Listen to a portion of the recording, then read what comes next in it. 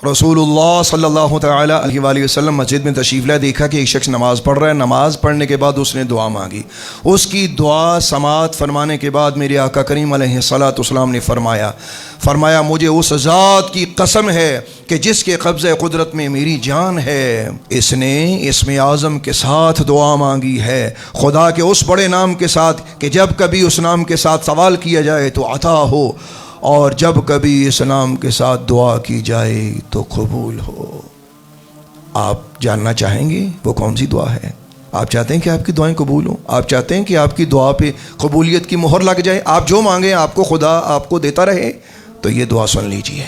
اللہم انی اسألک بانی اشہد ان لا الہ الا انت الاحد الصمد الذی لم یلد ولم یولد ولم یکن لہ کفوا احد، یعنی اے اللہ میں تجھ سے سوال کرتا ہوں اس بات کی گواہی دے کر کہ تیرے سوا کوئی معبود نہیں، تو اکیلا ہے، بے نیاز ہے، نہ اس کے ماں باپ، نہ اولاد، نہ ہمسر، اور نہ کوئی اور ساتھی۔ اس دعا کو یاد کر لیجئے، بڑے کام کی چیز ہے۔ ایک رات سرکار دو عالم نور مجسم علیہ الصلوۃ والسلام نے اپنے صحابہ کے بارے علیہم رضوان سے فرمایا میرے صحابہ، تمہارے لیے یہ مشکل ہے نا کہ تم ہر روز 1/3 قرآن کی تلاوت کرو، یعنی کہ ہر رات میں۔ عرض کی یا رسول اللہ ہم ضعیف ہیں، کمزور ہیں، عاجز ہیں، یہ تو کافی مشکل کام ہے۔ میرے آقا کریم علیہ السلام نے فرمایا کہ سورہ اخلاص یہ 1/3 قرآن ہے، یعنی قرآن کا 3را حصہ، یہ پڑھ لیا کرو تو سمجھ لو کہ تم نے قرآن کا 3را حصہ پڑھ لیا۔ رسول خدا علیہ الصلوۃ والسلام تبوک میں جلوہ گر ہیں کہ حضرت جبریل امی حاضر ہوئے۔ عرض کی کہ یا رسول اللہ معاویہ بن معاویہ لیثی اس کا انتقال ہو گیا، آپ چاہتے ہیں کہ اس کا جنازہ ادا کریں؟ میرے آقا کریم علیہ السلام نے فرمایا ہاں۔ حضرت جبریل امی نے اپنا پر زمین پہ مارا تو سرکار دو عالم علیہ الصلوۃ والسلام کے سامنے ٹیلے اور درخت سب نیچے ہو گئے، یعنی آپ کو اپنے صحابی کا جنازہ صاف نظر آنے لگا۔ آقا کریم علیہ الصلوۃ والسلام نے نماز جنازہ ادا کروائی۔ تبوک میں سرکار دو عالم علیہ الصلوۃ والسلام نے اپنے صحابی کا جنازہ پڑھا، اور اس حال میں کہ آپ کے پیچھے فرشتوں کی 2 صفیں تھیں کہ ہر صف میں 70 ہزار فرشتے کھڑے تھے۔ نماز جنازہ ہو گئی۔ میرے آقا کریم علیہ الصلوۃ والسلام نے حضرت جبریل سے فرمایا جبریل یہ عزت و مقام شرف کس لیے؟ عرض کہ یا رسول اللہ آپ کے اس صحابی کو سورہ اخلاص سے بڑی محبت تھی، یہ چلتے پھرتے اٹھتے بیٹھتے سورہ اخلاص کا ورد کیا کرتا تھا، اسی کی برکت ہے یہ سب جو آپ دیکھ رہے ہیں۔ میرے بھائی اور بہنوں، سب سے پہلے میں نے آپ احباب کی خدمت میں سورہ اخلاص کی فضیلت بیان کر دی تاکہ آپ کو سمجھ آئے کہ آپ کتنی اعلیٰ چیز سننے جا رہے ہیں۔ آئیے سورہ اخلاص کا شان نزول آپ کی خدمت میں عرض کرتا ہوں۔ یوں تو اس کے بہت سے شان نزول موجود ہیں، لیکن آپ احباب کی خدمت میں صرف ایک حوالہ پیشی خدمت ہے۔ امام طبرانی کی تفسیر کبیر متوفی 360 ہجری، سماعت کریں۔ ان عامر بن الطفیل العامری قال للنبی صلی اللہ تعالی علیہ وآلہ وسلم انعت لنا ربک من ذهب هو ام من فضة ام من نحاس ام من حدید ام من صفر فإن آلهتنا من هذه الأشياء قال بين لنا أيأكل ويشرب وكيف هو فشق على النبي صلى الله تعالى عليه وآله وسلم فأنزل الله تعالى هذه السورة۔ میرے بھائیو، یہ میں نے شان نزول آپ احباب کی خدمت میں بیان کیا، اس کو سنیے۔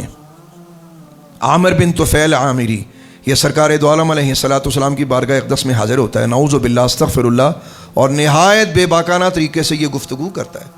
کہنے لگا کہ ہمیں اپنے رب کے بارے میں بتائیے کہ وہ سونے کا ہے، وہ چاندی کا ہے، وہ تانبے کا ہے، وہ لوہے کا ہے، وہ پیتل کا ہے۔ استغفر اللہ، نعوذ باللہ۔ کیونکہ مطلب یہ تھا کہ ہمارے جو خدا ہیں وہ تو سارے انہی چیزوں سے بنے ہوئے ہیں، تو آپ بتائیے نا کہ آپ کا رب کھاتا بھی ہے پیتا بھی ہے؟ سرکار دو عالم علیہ الصلوۃ والسلام نے جیسے ہی یہ سماعت فرمایا آپ کو نہایت شاق گزرا، اور یوں حضرت جبریل امی علی نبینا علیہ السلام یہ صورت لے کے اتر آئے۔ قل هو اللہ احد اللہ الصمد لم یلد ولم یولد ولم یکن لہ کفوا احد۔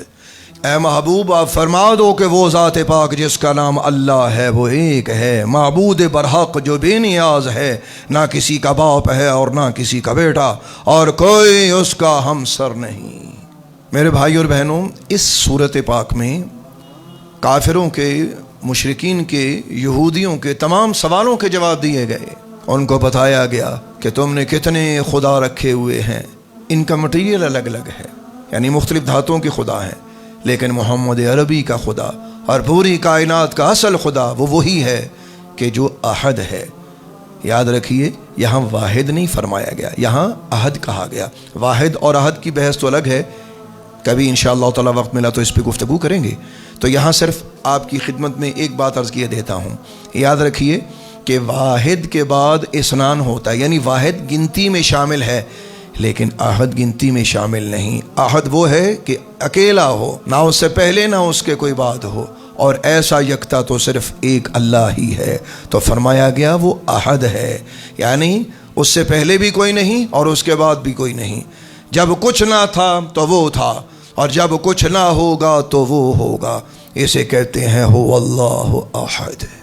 تفسیر نکات والعیون متوفہ 450 ہجری میں کلمہ صمد کی 10 تعویلات لکھی ہوئی ہیں، یعنی 10 معنی لکھے ہوئے ہیں، آپ کی خدمت پہ پیش کرتا ہوں، سماعت کیجیے۔ نمبر 1، صمد وہ ہوتا ہے جس کا پیٹ نہ ہو۔ نمبر 2، صمد وہ ہوتا ہے جو کھاتا اور پیتا نہیں ہے۔ نمبر 3، صمد وہ ہوتا ہے جو باقی ہو، یعنی جو فنا ہو جائے وہ صمد نہیں ہوتا، صمد وہ ہوتا ہے جو ہمیشہ ہمیشہ ہو۔ نمبر 4، نہ وہ کسی سے پیدا ہوا نہ کوئی اس سے پیدا ہوا، اسی لیے کہ وہ لم یلد ولم یولد ہے۔ نمبر 5، صمد وہ ہوتا ہے کہ ساری خدائی اس کے محتاج ہو اور وہ اکیلا لا یحتاج ہو۔ نمبر 6، صمد وہ ہوتا ہے کہ ہر سردار کی سرداری اس کی سرداری پہ ختم ہو جائے، یعنی سرداروں کا سردار، ایسا سردار کہ جس کے بعد کوئی سردار نہ ہو۔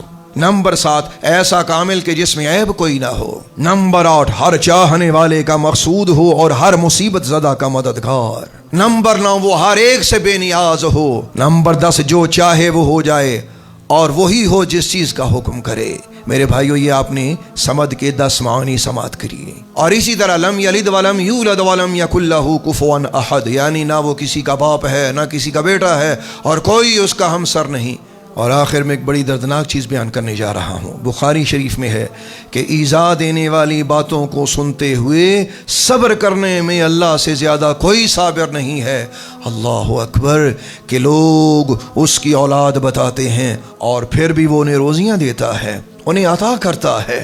اور بخاری ہی کی ایک روایت میں ہے، اللہ تعالیٰ فرماتا ہے کہ ابن آدم مجھے جھٹلاتا ہے حالانکہ اسے ایسا نہ چاہیے، یہ مجھے گالیاں دیتا ہے۔ اللہ اکبر، اور اس کے یہ لائق نہ تھا، اس کا مجھے جھٹلانا تو یہ ہے، وہ کہتا ہے کہ جس طرح اولاً خدا نے مجھے پیدا کیا پھر دوبارہ کیسے لوٹائے گا، حالانکہ جس خدا کو پہلی مرتبہ پیدا کرنا مشکل نہیں اسے دوبارہ اٹھانا کیا مشکل ہے۔